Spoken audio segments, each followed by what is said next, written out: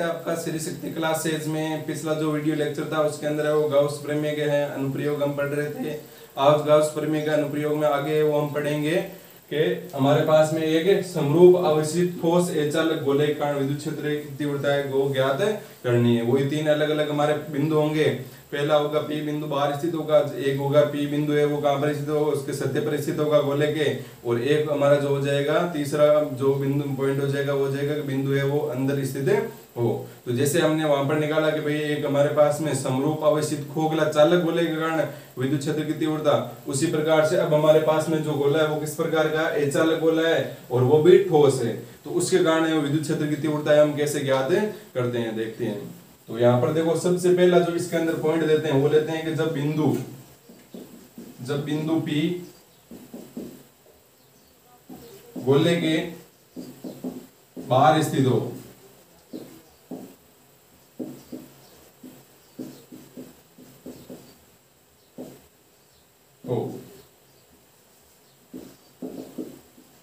जब बिंदु P गोले के बाहर स्थित हो तब यहाँ पे क्या होगा। तो देखो सबसे पहले हम बनाते हैं ठोस गोला। तो ये इस प्रकार से हमारे पास में गोला रहा, ये ठोस गोला है। अब यहाँ पर देखो इसको हम क्या देंगे, सबसे पहले इसको देंगे हम आवेश, क्योंकि आवेश होगा तभी तो इसके कारण विद्युत क्षेत्र की तीव्रता होगी। तो यहाँ पर सबसे पहले देते हैं हम इसको आवेश। तो यहाँ पर जब इसको हम आवेश देंगे, क्यों आवेश, तो बताओ इसमें जो आवेश है वो यहाँ पर इसके पृष्ठ पर फैलेगा या फिर उसके पूरे आयतन में ही फैल जाएगा। ध्यान रखना यहाँ पर चीज कौन सी है, देखो यहाँ पर गोला है वो कौन सा है, चालक है या चालक है, देखो कौन सा आपका अचालक गोला है, और वो भी कैसा अचालक गोला, ठोस अचालक गोला है। और मैंने बताया कि जब भी ठोस अचालक वस्तु अचालक होगी तो उसका जो आवेश है वो क्या होगा, पृष्ठ पर है वितरित, वहां पर ना होके कहां पर होगा, पूरे आयतन में वो क्या हो जाएगा, वितरित हो जाएगा वहां पर। तो इसका मतलब यहाँ पर ठोस गोले में जब हम प्लस इसको आवेश देंगे तो वो क्या होगा, इसमें इस प्रकार से पूरे में वो क्या रहेगा, आपका वितरित रहेगा। तो ये प्लस आवेश इसमें वितरित हो गए इस प्रकार से। अब इस प्लस आवेश के कारण एक r दूरी पर स्थित एक बिंदु P है, स्मॉल r दूरी पर, उस पर हमारे को क्या ज्ञात करनी है, विद्युत क्षेत्र की तीव्रता वो ज्ञात करनी है। तो यहाँ पर देखो इसकी त्रिज्या तो मान लेते हैं हमारे पास में कैपिटल R, और इससे स्मॉल r दूरी पर है वो एक बिंदु है हमारा P, उस पर हमारे को क्या ज्ञात करनी है, विद्युत क्षेत्र की तीव्रता ज्ञात करनी है। तो वही आपके तीन स्टेप होने चाहिए। पहले आपको आवेश वितरण देखना है, फिर आपको गाउस प्रमेय से क्या करना है, आपको फाई का मान निकालना है, फिर जो हमारा एक अलग फॉर्मूला आया था फाई का उसके हमारे को फाई का मान निकालना है, फिर हम दोनों को फाई की तुलना कर देंगे। तो यहाँ पर देखो सबसे पहले हम बनाते हैं यहाँ पर कौन सा आपका वितरण होगा, बताओ यहाँ पर पृष्ठीय वितरण होगा, पृष्ठीय आवेश वितरण होगा, ग्रेक आवेश वितरण होगा, आयतन आवेश वितरण होगा। तो यहाँ पर आपको सबको दिख रहा है, यहाँ पर क्या होगा, आपका आयतन आवेश वितरण ही होगा। तो यहाँ पर लिखेंगे हम आयतन आवेश वितरण से।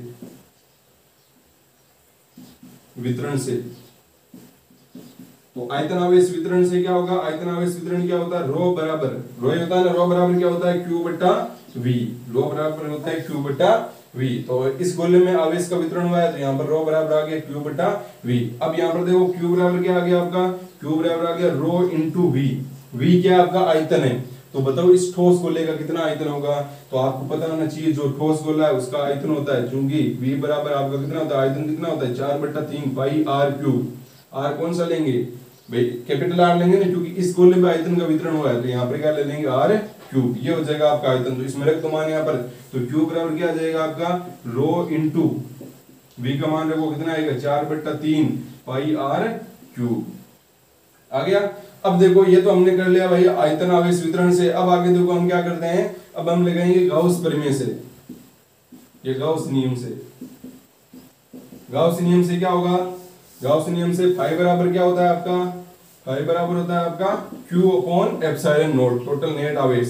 तो फाई बराबर Q का मान कितना है, लिख लो यहाँ पर कितना है, रो इंटू 4/3 पाई r क्यूब अपॉन नीचे क्या आ जाएगा, एप्सिलॉन नॉट। अब इसको देते हैं एक बार समीकरण नंबर कौन सी, 1। इतना हमारा कार्य हो गया, 2 स्टेप तक हम आ गए। अब हमारा अगला तीसरा स्टेप रहेगा। तीसरे स्टेप में क्या करेंगे हम, यहाँ पर जो P बिंदु है उस पर विद्युत क्षेत्र की तीव्रता ज्ञात करने के लिए हम क्या बनेंगे, एक गाउसी पृष्ठ की कल्पना करेंगे। तो इस गाउसी पृष्ठ की कल्पना करते हैं इस प्रकार से, और इस गाउसी पृष्ठ पर हम क्या लेते हैं, एक क्षेत्रफल अल्पांश लेते हैं। एक लेंगे तो यहाँ पर जब भी गोला होगा तो एक ही ली जाएगा यहाँ पर क्षेत्रफल अल्पांश। तो इस क्षेत्रफल अल्पांश के कारण जो इसका क्षेत्रफल सदिश होगा वो ds वेक्टर उसकी दिशा ऐसे ही होगी ना भाई। क्षेत्रफल सदिश होता है वो क्या होता है, तल के लंबवत होता है, तो ये इसका तल हो गया, इसका लंबवत, ये क्या हो गया आपका क्षेत्रफल सदिश। अब बताओ विद्युत क्षेत्र की तीव्रता कैसे होगी, प्लस आवेश के कारण किसी भी बिंदु पर विद्युत क्षेत्र की तीव्रता क्या होती है, लंबवत बाहर की ओर होती है। तो यहाँ पर जो आपका विद्युत क्षेत्र की तीव्रता होगी वो ई वेक्टर है कुछ इस प्रकार से हो जाएगी, होगी यहाँ पर। अब देखो ई वेक्टर डीएस वेक्टर दोनों के मध्य कोण कितना है आपका 0 डिग्री है। तो पहले तो मैं यहाँ पर लिख देता हूँ कि क्षेत्रफल अल्पांश के कारण, क्षेत्रफल अल्पांश के कारण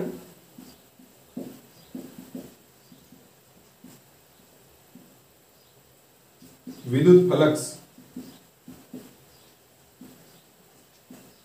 थ्योरी में इसके अंदर है वो, मैं वो ये नहीं लिखना कि भाई माना हमने एक आर त्रिज्या का गोला लिया है, वो आपको जो नोट्स उपलब्ध करवाए गए हैं उन नोट्स के अंदर पूरी थ्योरी लिखी हुई है। हम यहाँ पर थ्योरी है पूरी नहीं लिखेंगे, मैं आपको यहाँ पर बताऊंगा कि क्या क्या कैसे कैसे आपको है वो करना है। थ्योरी है वो आप अपना जो नोट्स के अंदर है वही आपको लिखाना है, और बोर्ड के अंदर पूरी लिखनी है। ऐसे नहीं कि आप यहाँ पर ऐसे शॉर्ट में करते जा रहे हो, नहीं, आपने क्या किया है यहाँ पर लिखोगे, माना हमने एक कैपिटल आर त्रिज्या का एक वो ठोस गोला लिया जिसको क्यू आवेश, जिसको प्लस आवेश देने पर आवेश है उसके आयतन में एक समान रूप से क्या हो गया, आयतनीय आवेश वितरण से वितरित हो गया, ठीक है। फिर यहाँ पर ये आप लिखोगे आयतन आवेश वितरण से रो बराबर ये हो जाएगा। फिर यहाँ पर हमने एक बिंदु P पर जो विद्युत क्षेत्र है उसकी तीव्रता ज्ञात करने के लिए एक गाउसी पृष्ठ है उसकी कल्पना करते हैं, और गाउसी पृष्ठ की कल्पना करेंगे। फिर वहां पर हम एक क्षेत्रफल अल्पांश लेके, कैसे आपको पूरी मतलब क्या लिखनी है, जो आपको थ्योरी है उसको याद करना है। तो अब देखो यहाँ पर क्या हो जाएगा, क्षेत्रफल अल्पांश के कारण विद्युत फ्लक्स। तो यहाँ पर क्षेत्रफल अल्पांश के कारण विद्युत फ्लक्स है, तो वो कितना होगा आपका क्षेत्रफल अल्पांश है, तो यहाँ पर विद्युत फ्लक्स भी आपका डी फाई आएगा। डी फाई किसके बराबर आएगा, E D S cos theta, और यहाँ पर थीटा का मान कितना है, थीटा का मान है हमारे पास में 0 डिग्री। तो यहाँ से क्या हो जाएगा, डी फाई बराबर क्या हो जाएगा, ई डी एस। अब हमारे को क्या चाहिए, संपूर्ण फ्लक्स चाहिए, तो यहाँ पर क्या कर देते हैं, इसका समाकलन कर देते हैं। तो यहाँ पर देखो समाकलन करने पर तो क्या होगा, डी फाई बराबर बंद पृष्ठ का समाकलन ई डी एस। अब देखो आगे क्या हो जाएगा, इसका समाकलन तो क्या हो जाएगा, फाई ई या फाई लिख दो कोई बात नहीं है उससे। फिर किसके बराबर हो जाएगा, ई तो बाहर आ जाएगा, आपका समाकलन होगा किसका, केवल डीएस का समाकलन होगा, किसका होगा, डीएस का। तो फाई बराबर ई। अब देखो इस डीएस का समाकलन क्या होगा, डीएस क्या है, क्षेत्रफल सदिश है ना, मतलब क्षेत्रफल है। तो बताओ इस गाउसी पृष्ठ का क्षेत्रफल कितना होगा, गोले का क्षेत्रफल कितना होता है, पाई आर स्क्वायर। गोले का क्षेत्रफल कितना होता है, पाई आर स्क्वायर। अब यहाँ पर मैं पाई आर आ रहा है तो आर स्मॉल लूं कैपिटल लूं, भाई गाउसी पृष्ठ की बात कर रहे हैं तो यहाँ पर गाउसी पृष्ठ तो ये है, और गाउसी पृष्ठ की त्रिज्या कितनी है आपकी, स्मॉल आर। इसका मतलब जो मैं क्षेत्रफल लूंगा वो कौन सा लूंगा, स्मॉल पाई आर, जो मतलब स्मॉल में आर स्क्वायर बोल लूंगा। तो यहाँ से क्या हो जाएगा, देखो क्षेत्रफल कितना हो जाएगा, 4 पाई आर स्क्वायर। कितना हो जाएगा, 4 पाई आर स्क्वायर हो जाएगा। तो यहाँ से देखो अब क्या हो जाएगा, लिख दो यहाँ पर इंटू 4 पाई आर स्क्वायर, ठीक है। तो ये आ गया आपके पास में एक दूसरा फॉर्मूला, इसको दे दो समीकरण नंबर 2। अब समीकरण 1 व 2 की क्या करते हैं, हम तुलना करते हैं। तो समीकरण 1 व 2 से, समीकरण 1 व 2 से, तो समीकरण 1 व 2 से दोनों जो है पहले इनको बराबर कर दो, तो क्या हो जाएगा, e into 4 pi r square बराबर यहाँ पर क्या हो जाएगा, rho into 4/3 pi r cube upon epsilon naught. जो कैंसिल हो रहा है उसको काट दो, कौन कौन कैंसिल हो रहा है, 4 पाई से 4 पाई कैंसिल हो गया, फिर और तो कोई कैंसिल नहीं हो रहा। तो यहाँ से ई बराबर क्या आ जाएगा आपके पास में, ई बराबर आ जाएगा ये क्या हो गया, नीचे 3 आ गया ना, तो यहाँ पर लिख दो क्या आ गया, rho into r cube capital are cube upon नीचे आ गया आपका 3 एप्सिलॉन नोट आर स्क्वायर। यही आएगा, हाँ यही आना है, ठीक है। तो ये इस प्रकार से आपके पास में क्या आ गई, बिंदु P पर विद्युत क्षेत्र की तीव्रता है वो आ गई। आगे यहाँ पर तो ये आपको ध्यान में रखनी है। इसको आप वो ऐसा भी कर सकते हो, यहाँ पर वो ऊपर नीचे पाई से नहीं तो करने की वो जरूरत नहीं तो आप मतलब के रूप में बना सकते हो, कोई बात नहीं वो। तो ये आगे हमारे पास में कोई भी ठोस अचालक गोला है उसके कारण P बिंदु पर जो विद्युत क्षेत्र की तीव्रता है वो कितनी होती है। यहाँ से आपको साफ साफ दिख रहा है कि ई है वो क्या आपका, ई है वो विद्युन्मानुपाती है आर स्क्वायर के। तो ये भी आपको ध्यान रखना है, ये संबंध आपको ध्यान, जितने भी ये बनते हैं उनमें ई और आर के मध्य आपको संबंध देखना है, क्योंकि आर इन्हीं के मध्य क्यों संबंध देखते हैं, इसका मध्य क्यों नहीं संबंध देखते हैं, क्योंकि स्मॉल आर ये वो आपको बताता है कि बिंदु P पर विद्युत क्षेत्र की तीव्रता कितनी होगी। तो स्मॉल आर के आधार पर हम क्या करेंगे, जो विद्युत क्षेत्र की तीव्रता है उसको देखेंगे ना यहाँ पर, इसलिए मैंने यहाँ पर, इसलिए हम क्या करेंगे यहाँ पर ई और स्मॉल आर के मध्य वो संबंध यहाँ पर देखेंगे कि आर का मान बढ़ेगा, मतलब बिंदु पी दूर जाएगा पास में आएगा, तो विद्युत क्षेत्र की तीव्रता है उसमें क्या अंतर आएगा। तो ये हो गया हमारा जो पहला पॉइंट था कि जब बिंदु पी है वो गोले के बाहर स्थित हो। अब हम करते हैं अगला जो बिंदु है कि जब बिंदु पी गोले के सतह पर है वो स्थित हो। तो दूसरा हमारा बिंदु है कि जब बिंदु पी गोले के सतह पर स्थित हो। तो सतह पर जब स्थित होगा तो देखो क्या होगा, तो यहाँ पर देखो जो इस प्रकार से आपका ठोस गोले था, यहाँ पर प्लस आवेश इस प्रकार से वितरित था और इसकी त्रिज्या कितनी थी, यहाँ पर इस कैपिटल आर थी। और अब आपका जो बिंदु पी है वो कहां पर आ गया, आपका सतह पर आ गया। इसका मतलब पी बिंदु यहाँ पर आ गया, तो यहाँ से आप बोल सकते हो कि स्मॉल आर है वो कैपिटल आर के क्या हो गया, बराबर हो गया। तो यहाँ पर आप फॉर्मूला है सीधा उसके अंदर वो मान रख दोगे, तो ई बराबर क्या आया था आपका फॉर्मूला, ई बराबर आया था रो इंटू क्या आया था आर क्यूब अपॉन नीचे क्या आया था 3 एप्सिलॉन नॉट आर स्क्वायर। अब इसके अंदर वो आर बराबर क्या कर दो, आप आर कर दो, तो यहाँ पर क्या हो जाएगा ई बराबर रो इंटू क्या हो जाएगा आर क्यूब अपॉन नीचे क्या आ जाएगा 3 एप्सिलॉन नॉट, और यहाँ पर आर की जगह क्या कर दो, ये कर दो आप आर स्क्वायर। तो यहाँ से आर स्क्वायर ये कितना हो गया, कैंसिल हो गया, तो मतलब ई बराबर क्या आ गया आपके पास में rho into r upon 3 epsilon naught, और यहाँ पर क्या आ गया निश्चित कुछ आएगा नहीं। तो ये इस प्रकार से संबंध आपके पास में आ गया कि जब बिंदु पी आपका गोले के सतह पर स्थित हो तब यहाँ पर जो आपका विद्युत क्षेत्र की तीव्रता है वो कितनी यहाँ पर आएगी। तो यहाँ से आपको सीधा सीधा दिख रहा है कि ई है वो आर पर निर्भर, स्मॉल आर पर निर्भर नहीं कर रही है। अब देखो यहाँ पर हम अगला जो हमारा तीसरा पॉइंट है, जब बिंदु पी है वो गोले के अंदर स्थित हो तब यहाँ पर क्या होगा। तो ये एक इंपॉर्टेंट भी है, इसको ध्यान में रखना आपको और अच्छे से इसको समझना है कि हम क्या क्या स्टेप करते जा रहे हैं यहाँ पर। तो ये तीसरा जो हमारा है कि जब बिंदु पी गोले के अंदर स्थित हो, कहां पर स्थित हो, गोले के अंदर स्थित हो, तब हमारे पास में वो क्या किस प्रकार से हम विद्युत क्षेत्र की तीव्रता है वो निकालेंगे। तो देखो यहाँ पर ये आपका इस प्रकार से गोला रहा, इस गोले थोड़ा सा बड़ा बना लेता हूं मैं, ये गोला है, इस गोले के अंदर प्लस आवेश इस प्रकार से वितरित है।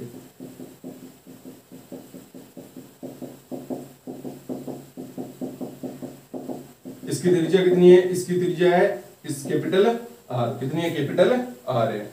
अब जब आपका बिंदु पी है वो मान लेते हैं यहाँ पर स्थित है, क्यों भाई बोला है कि जब बिंदु पी गोले के अंदर स्थित हो, तो गोले के अंदर स्थित हो यहाँ पर मान लेते हैं यहाँ पर आपका पी बिंदु है, इसका मतलब ये यहाँ से यहाँ तक की दूरी कितनी होगी आपकी स्मॉल आर होगी, क्योंकि स्मॉल आर को ही तो हम क्या लेते हैं भाई, यहाँ पर जो आपकी बिंदु पी है वहां की जो दूरी होती है गोले से वो स्मॉल आर से लिखते हैं, तो यहाँ पर स्मॉल आर ही होगा यहाँ पर। तो अब देखो यहाँ पर हम यहाँ पर सबसे पहले लेते हैं आवेश वितरण से। अब यहाँ पर देखो इसके लिए गाउसी पृष्ठ बना लेते हैं इस प्रकार से, तो बिंदु को लेते हुए गाउसी पृष्ठ बनाएंगे ना, तो ये इस प्रकार से गाउसी पृष्ठ बना लेंगे। अब यहाँ पर देखो एक नई बात आ जाती है, नई बात क्या आ जाती है कि गाउस का नियम क्या कहता है, गाउस का नियम क्या कहता है कि किसी बंद पृष्ठ के अंदर, अगर कोई बंद पृष्ठ है उस बंद पृष्ठ के अंदर आपको विद्युत फ्लक्स चाहिए, तो आपको उसके अंदर कुल नेट आवेश उसके अंदर ही आवेश होना चाहिए, क्योंकि जो बाहर आवेश होगा वो तो विद्युत फ्लक्स में कोई भागीदारी निभाएगा ही नहीं, क्योंकि जो आवेश आएगा वो मतलब जो विद्युत फ्लक्स आएगा वो वापस बाहर निकल जाएगा, तो मतलब जो आपका आने वाला और जाने वाला जो विद्युत फ्लक्स होगा वो क्या हो जाएगा, जीरो हो जाएगा, क्योंकि जितना आया उतना ही बाहर चला गया, तो विद्युत फ्लक्स बाहर वाले का आवेश के कारण कितना हो जाएगा, जीरो हो जाएगा। कहने का मतलब बंद पृष्ठ के अंदर जो भी विद्युत फ्लक्स होगा उसके लिए जिम्मेदार कौन होगा, केवल और केवल उसके अंदर जो टोटल नेट आवेश है वही क्या होगा, जिम्मेदार होगा। तो यहां से आप बोल सकते हो कि अगर हमारे को यहाँ पर इस हमारे को वो जो फाई बराबर क्यू अपॉन एप्सिलॉन नॉट है, वहां पर अगर हमारे को फाई बराबर क्यू चाहिए, तो क्यू आपका देखो इसमें पूरा ये इस गोले के गाउसी पृष्ठ के अंदर ये जो है यही आपका क्यू काम आने वाला है, ये जो एक्स्ट्रा यहाँ पर ये आ गया ना आवेश, ये आपके काम नहीं आएगा, नहीं आएगा ना। इसका मतलब इस बार आपको क्या करना पड़ेगा, जो क्यू का मान है वो क्या करना पड़ेगा, इतना ही निकालना पड़ेगा, ये बाहर वाला नहीं होगा आपका। बाहर वाला अगर पूरा हम आवेश लिखते हैं यहाँ पर कि भाई रेखीय आवेश वितरण से, सॉरी आयतन आवेश वितरण से, तो आयतन आवेश वितरण से क्या होगा, आयतन आवेश वितरण से हो जाएगा आपका रो बराबर क्या होता है क्यू बटा वी, रो बराबर क्या होता है क्यू बटा वी। तो यहाँ पर आवेश का वितरण किस में हुआ है, इस पूरे गोले में हुआ वितरण यहाँ पर, तो यहाँ से आप क्यू बराबर क्या लिख लेते हैं, क्यू बराबर हो जाता है रो इंटू वी, और वी का मान कितना लिख लेते हैं 4/3 पाई आर क्यूब, ठीक है।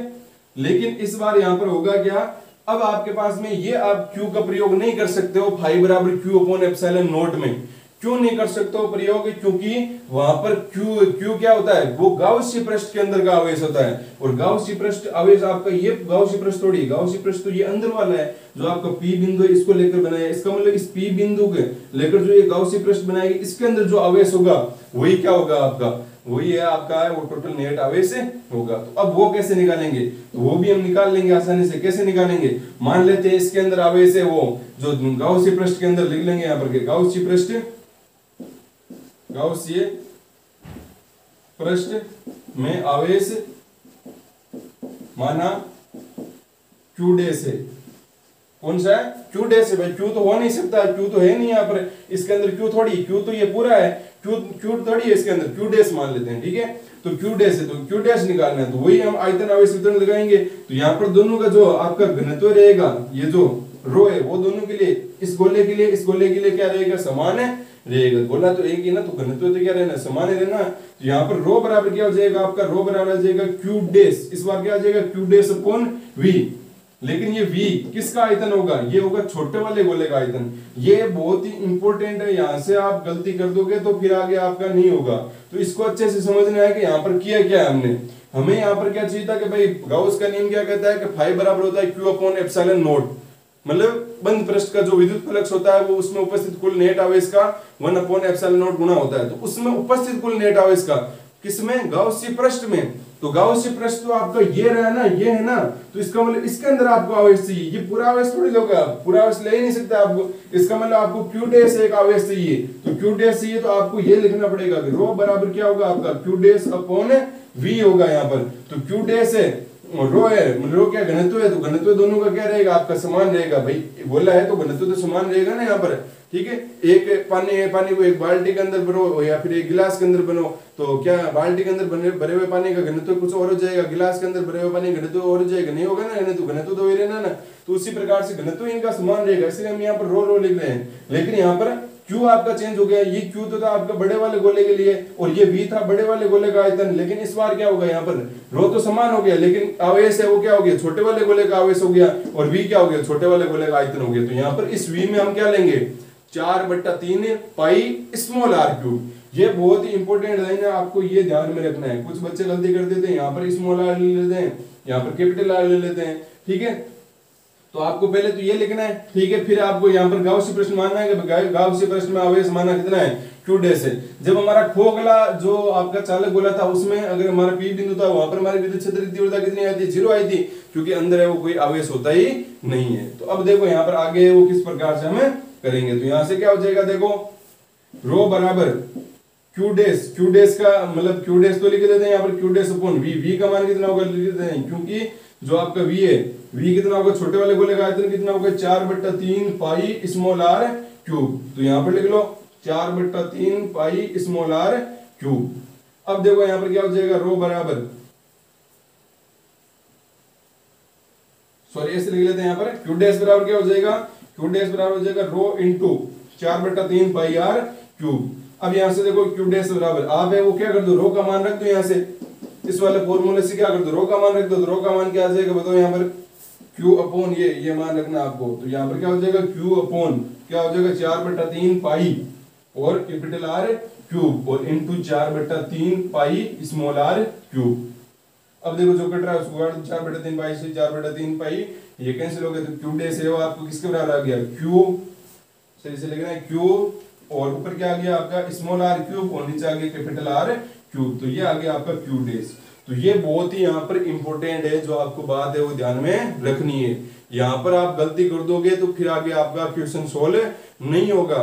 कैसे किया हमने, हमारे को अगर फाई चाहिए पहला, चूंकि हमारे को 2 फाई निकालने होते हैं, तो पहला फाई आपका गाउस के नियम से निकलेगा, और गाउस के नियम के अनुसार मतलब जो बंद पृष्ठ होगा, बंद पृष्ठ के अंदर कितना आवेश है वही वहां पर आप लिख सकते हो क्यू, नहीं तो आप बाकी जो है वो नहीं लिखोगे। तो यहाँ पर आपका गाउसी पृष्ठ तो ये है, तो गाउसी पृष्ठ के अंदर आपको आवेश चाहिए। तो मान लिया हमने भाई गाउसी पृष्ठ के अंदर ये पूरा टोटल आवेश था आपका क्यू, हमने मान लिया गाउसी पृष्ठ के अंदर आवेश क्यू डैश। तो यहाँ से गाउस पृष्ठ के अंदर आवेश q डैश है, तो q डैश लिख लो आप, उसमें क्या है q डैश लिख लो। आयतन आप कौन सा लोगे, अब आवेश आपने ये लिया है तो आपको इसी के अंदर आवेश चाहिए, तो आप बड़े वाला गोले का आयतन थोड़ी ले सकते हो, यहाँ पर नहीं लोगे ना, तो आप छोटे वाले गोले का आयतन लोगे, इसलिए आपने छोटे वाले गोले का आयतन लिया। फिर आपने यहाँ पर रो का मान निकालने है, रो का मान है वो आपने जो आपने पहले हम करते आ रहे हैं, दोनों दो पॉइंट दिए थे उसमें जो करते आ रहे थे उसी के से हम रो का मान ले लेंगे।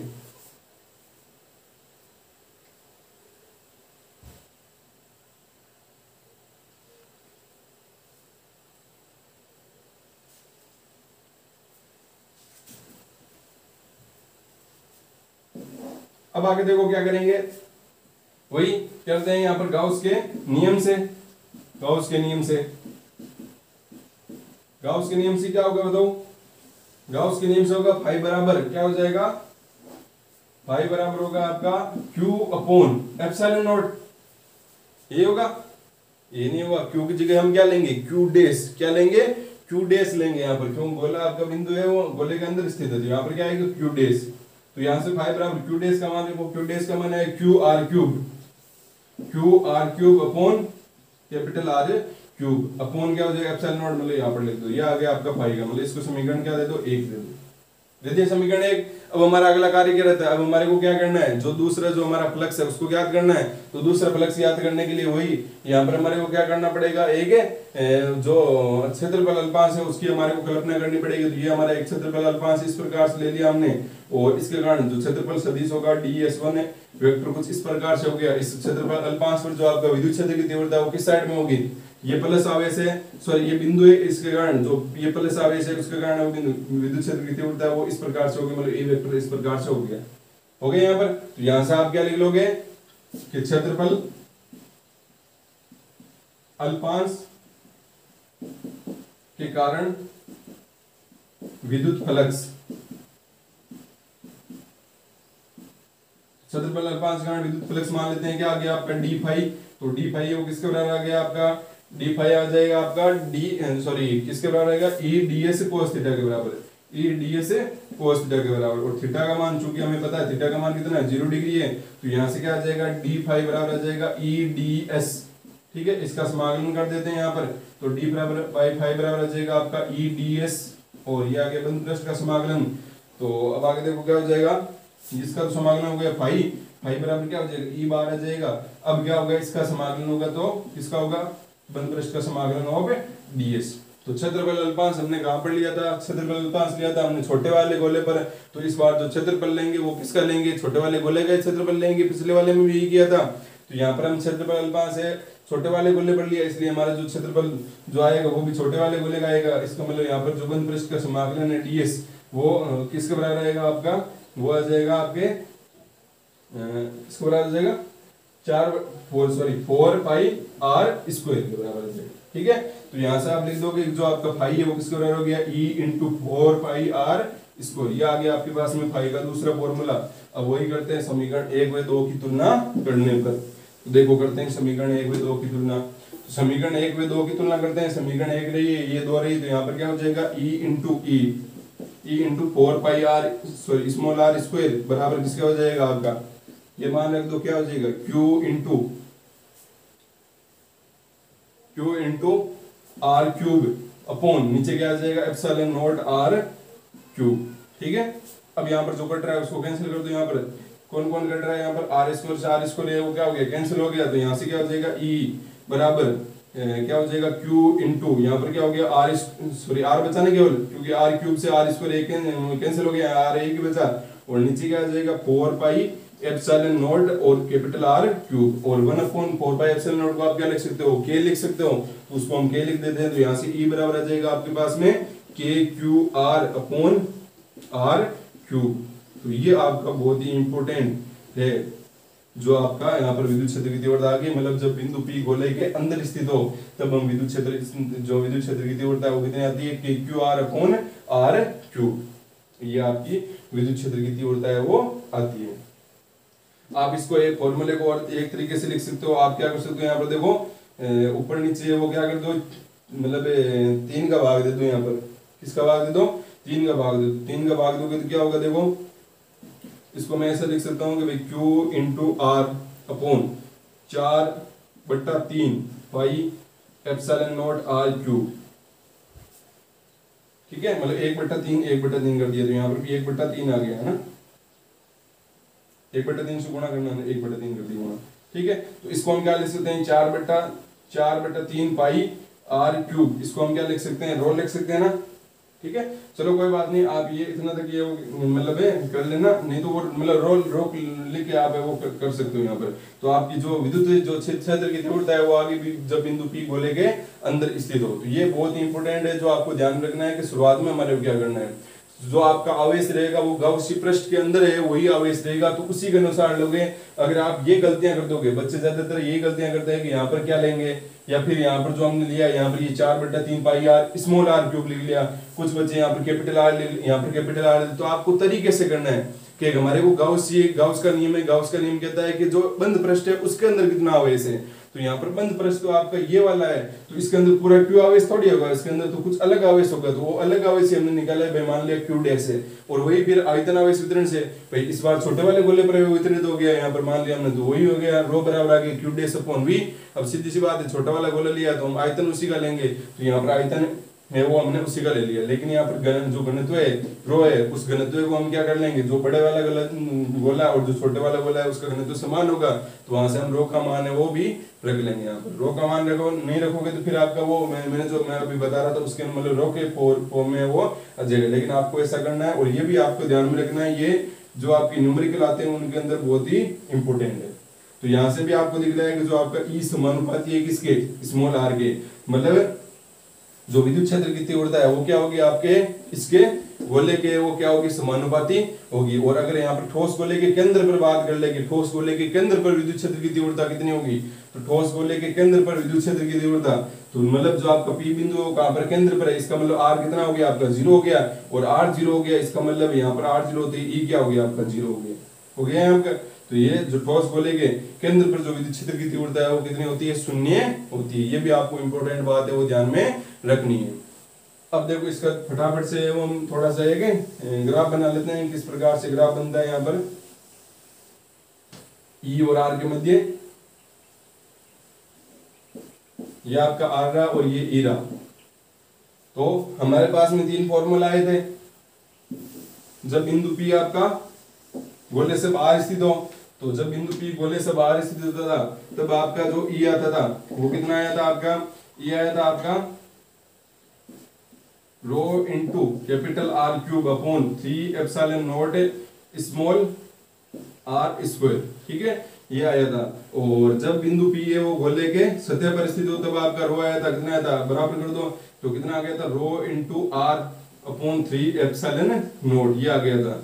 तो यहाँ से आपको दिख रहा है कि यहाँ पर ई है वो व्युत्क्रमानुपाती आर स्क्वायर के, यहाँ पर तो वो निर्भर ही नहीं कर रहा है यहाँ पर, और यहाँ पर क्या हो जाएगा, ई है वो तीसरी जो कंडीशन थी, जब बिंदु पी बोले के कहां पर स्थित हो, अंदर स्थित, तब आपका ई आया था, कितना आया था, के क्यू आर अपॉन क्या आ गया था, के क्यू आर अपॉन क्या आया था, यहां से चलो देख लेते हैं कितना आ गया था, के क्यू आर मान रखोगे 4 पाई, तो के हो गया क्यू आर हो गया, और ऊपर के क्यू आर अपॉन नीचे गया था आपका आर क्यूब, वो तो कैंसिल नहीं हुआ था ना क्योंकि आर क्यूब तो था ही नहीं, तो ये आ गया आपका आर क्यूब आ गया था, और इसको क्या लिख लिया था हमने, एप्सिलॉन नॉट है वो लिख लिया था। तो यहाँ से आपका पता चल रहा है कि ई है वो समानुपाती है आर के। तो ग्राफ कैसा बनेगा कि यहाँ से यहाँ तक तो आपका है वो ई है वो समानुपाती रहेगा किसके, आर के, मतलब ई इन लिख सकते हो यहाँ पर इन, ये आपका कौन सा है, आउट, ठीक है, आउट, ठीक है, और ये सरफेस पे एस यू आर लिख सकते हो यहाँ पर सरफेस पे, तो ई इन है वो रहेगा यहाँ पर समानुपाती।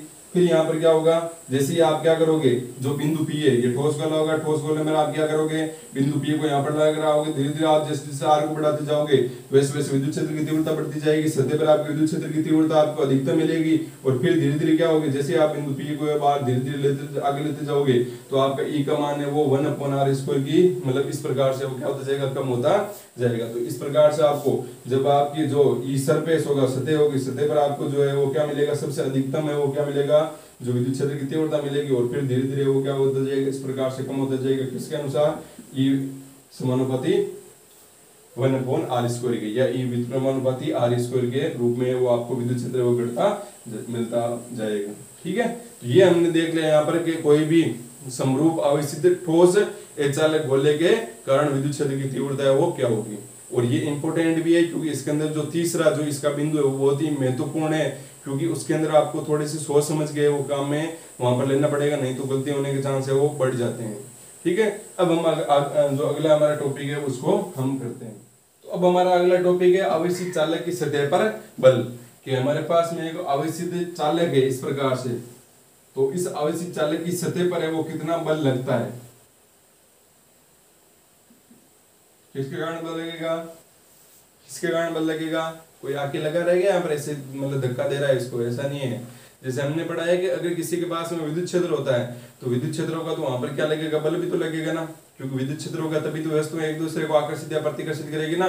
तो इस आवेशित सतह की जो यहाँ पर जो सतह होगी उस मतलब आवेशित चालक की सतह पर है वो बल कितना लगेगा, क्योंकि इसके अंदर अगर हमने धनावेश दिया तो आपस में एक दूसरे को प्रतिकर्षित करेंगे, तो यहाँ पर क्या होगा, आवेशित सतह की जो मतलब सतह चालक की जो सतह है उस पर क्या लगेगा, बल लगेगा। तो हमारे को यहाँ पर बल निकालना है। यहाँ पर तो आवेशित चालक की सतह पर बल निकालने के लिए हम यहाँ पर दो बिंदुओं की कल्पना करते हैं। ठीक है, और एक बिंदु हम लेंगे गोले के अंदर P2 और एक हम गोले के लेंगे बाहर। ये लगभग ऐसे मान लो P1 P2 बिल्कुल इस सतह के ऊपर ही है। ठीक है, यहाँ पर हमारे को इनको सॉल्यूशन करना है, अभी आगे बढ़ाना है, इसलिए हम थोड़े थोड़े दूर से दर्शा रहे हैं यहाँ पर।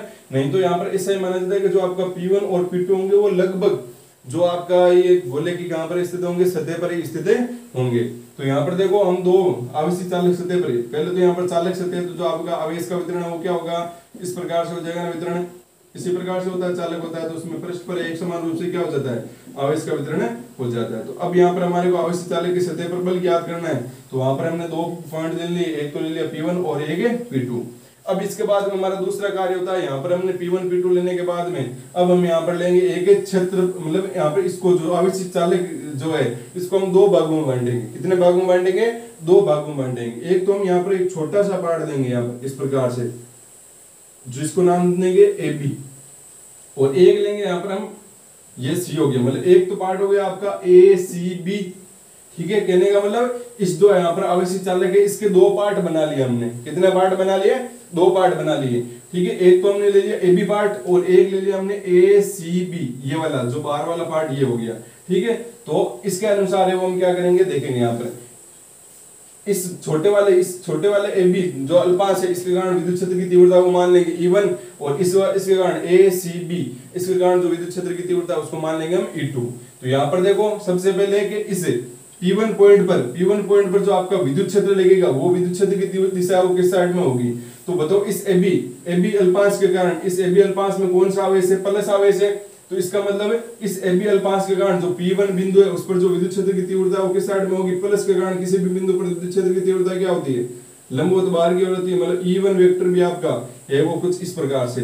अब बताओ इस ACB इस पुर के कारण जो विद्युत क्षेत्र की तीव्रता है वो किस साइड में होगी, ये भी आपका प्लस है। तो ये प्लस क्या करेगा, इस बिंदु पर विद्युत क्षेत्र की तीव्रता की दिशा भी क्या होगी, कुछ इस प्रकार से हमारे को मिलेगी। मतलब विद्युत क्षेत्र की तीव्रता भी आपको यहाँ पर जो E2 वेक्टर है वो भी आपको कुछ इस प्रकार से मिलेगा। इसका मतलब P1 बिंदु पर जो विद्युत क्षेत्र की तीव्रता होगी वो किसके बराबर होगी, आपकी E1 प्लस E2 के। अब बात करते हैं P2 पर। तो P2 पर AB के कारण, AB अल्पांश के कारण विद्युत क्षेत्र की तीव्रता किस साइड में होगी, प्लस के कारण विद्युत क्षेत्र की तीव्रता लंबवत बाहर की ओर होती है। तो ये इस प्रकार से लंबवत बाहर की ओर होगी, मतलब ये क्या हो गया आपका E1 वेक्टर आ गया। आगे यहाँ पर अब देखो इसके कारण, इस वाले के कारण ACB इसके कारण जो विद्युत क्षेत्र की तीव्रता है, यहाँ पर प्लस के कारण किसी भी बिंदु पर जो विद्युत क्षेत्र की तीव्रता होती है वो क्या होती है, लंबवत बाहर की ओर होती है। तो कुछ इस प्रकार से आपको क्या आ जाएगा, E2 वेक्टर आ जाएगा। ये प्लस है इसके कारण है यहाँ पर। तो इसका मतलब यहाँ पर E1 और E2 वो क्या हो जाएंगे, आपस में एक दूसरे को निरस्त कर देंगे। ठीक है, तो नहीं करेंगे तो भी हम देख लेंगे यहाँ पर कर रहे हैं कि नहीं कर रहे। तो यहाँ पर सबसे पहले देखते हैं कि जो आपका E1 है, EP1 है वो कितना है, मतलब P1 बिंदु पर विद्युत क्षेत्र की तीव्रता है कितने, ये तो हमने देख लिया E1 E2 है, लेकिन असल में कितनी है हम ये निकाल चुके हैं ना कि कोई भी आपका आवेशित खोखला चालक गोला होगा उसके कारण जो भी बिंदु हमारे जब P बिंदु बाहर स्थित हो, सतह पर स्थित हो, अंदर स्थित हो, विद्युत क्षेत्र की तीव्रता है वो कितनी आती है। मैंने अभी आपको जस्ट पहले बात बोली थी कि जो आपका P1 बिंदु है उसको हम क्या मानेंगे, वो लगभग कहां पर होता है, आपके सतह पर ही होता है, क्योंकि हमें सतह पर बल ज्ञात करना है। तो P1 बिंदु आपका सतह पर ही रहेगा।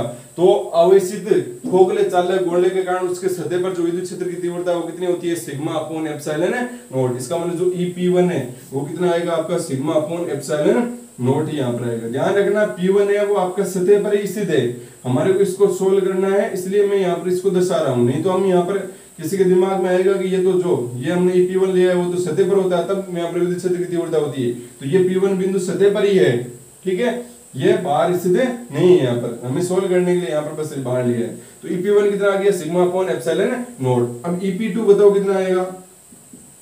आवेशित कोगले चालक गोले के कारण जो अंदर विद्युत क्षेत्र की तीव्रता है वो कितनी होती है, शून्य होती है, क्योंकि भाई आवेश ही नहीं है, इसका मतलब EP2 कितना होगा आपका 0 होगा। ये तो हमने देख लिया था भाई कि जब हमने निकाला था। अभी इनके आधार पर बताओ P1 बिंदु पर जो आपकी कुल विद्युत क्षेत्र की तीव्रता है वो किस साइड में होगी, कुल विद्युत क्षेत्र कितना होगा, तो आपका EP1 है वो किसके बराबर आ जाएगा, E1 प्लस का किसके आ जाएगा, E2 के बराबर आ जाएगा यहाँ पर। फिर यहाँ पर देखो आपका EP2 है वो किसके बराबर आ जाएगा, आपका E1। अब दोनों के बीच में 180 डिग्री कोण है, मतलब क्या होगा, माइनस होगा, तो यहाँ पर E1 माइनस का क्या हो जाएगा, E2 है वो हो जाएगा। तो यहाँ से E1 माइनस का E2, लेकिन यहाँ से आप इस वाले से देख सकते हो कि EP2 का मान कितना आपका 0 है, EP2 का मान 0 है, इसका मतलब यहाँ पर 0 रख दो तो 0 बराबर हो जाएगा E1 माइनस का E2। तो यहाँ से क्या हो जाएगा, E1 बराबर हो जाएगा E2 के। ठीक है, पहले हमने क्या किया, गोला लिया, उस पर हमारे सतह पर क्या ज्ञात करना था, बल ज्ञात करना था। बल ज्ञात करने भाई इसकी सतह पर बल कितना लगता है, तो बल ज्ञात करने के लिए पहले तो हमने 2 पॉइंट दिए, P1 और P2 पॉइंट दे लिए। फिर हमारे को बल ज्ञात करने के लिए यहाँ पर हमने क्या कर दिया, यहाँ पर इसको 2 पार्ट में बांट दिया, एक तो AB पार्ट हो गया और एक ACB पार्ट हो गया।